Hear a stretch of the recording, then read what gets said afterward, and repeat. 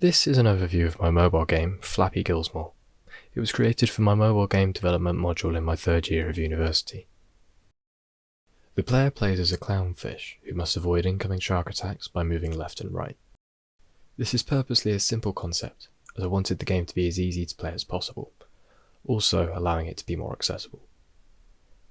Sharks spawn at a random position above the visible area, and at random intervals within a range, with the maximum interval decreasing slightly over time to gradually increase the difficulty.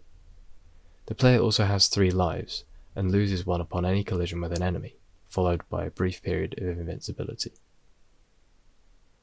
The game can be played using either touch controls or the device's gyroscope, and this can be changed in the settings on the main menu. When using touch controls, the clownfish will constantly move to the left of the screen, unless the player is touching the screen, when it will move to the right. All movements in this mode are at a fixed speed. If the gyroscope is enabled, the player has full control of the fish's movement by turning or tilting their phone in the direction they wish to move. Unlike with the touch controls, the gyroscope can detect how far the mobile device is being tilted, and the movement speed of the clownfish reflects this, allowing for finer, more controlled movements. The position of the clownfish is restrained by the screen's safe area of whichever device is being used, so it cannot go off the screen, meaning Flappy Gillsmore can be played on devices of all sizes. The player can also attain high scores, which are saved using Unity's player prefs feature and stored on a device locally. Anytime a new high score is achieved, the corresponding player prefs value is updated.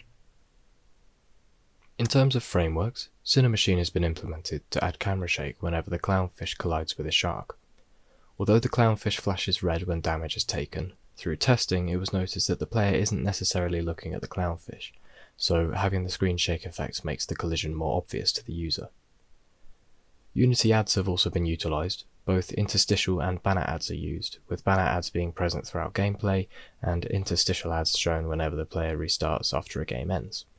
However, banner ads are not present in the version of the game published on itch.io, as the appads.txt created by IAB to combat fraud in advertising has not been implemented for the game.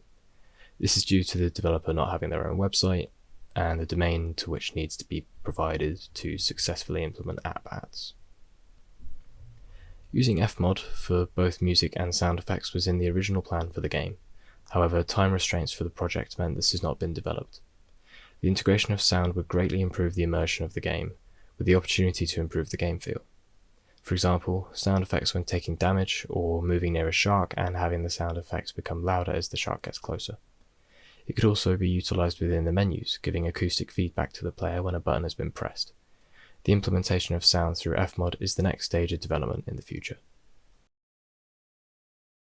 As Flappy Gillsmore is an endless runner, it allows players to play for as long as they like.